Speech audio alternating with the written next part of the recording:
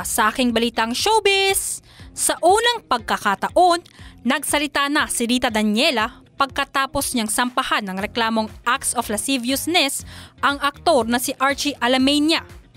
Sa isang interview, sinabi ni Rita na patuloy siyang nagsisikap bumangon mula sa nangyari kahit hindi madali. Ayon sa kanya, I am trying my best and starting to have counseling and therapy. So anything that I can do to really help myself to move forward and be stronger and braver than ever.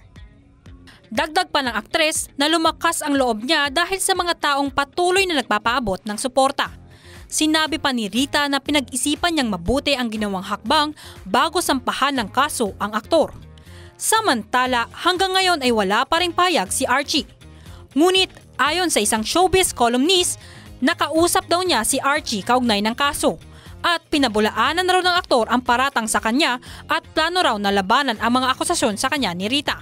Matatandaan na nangyari ang insidente sa isang Thanksgiving party at October 30, 2024 nang magsampa si Rita ng kaso. At yan ang aking balitang showbiz. Para sa impilang may todong lakas, DWIZ, ako si Elaine De Malanta, nagbabalita ng tama, naglilingkod ng tama.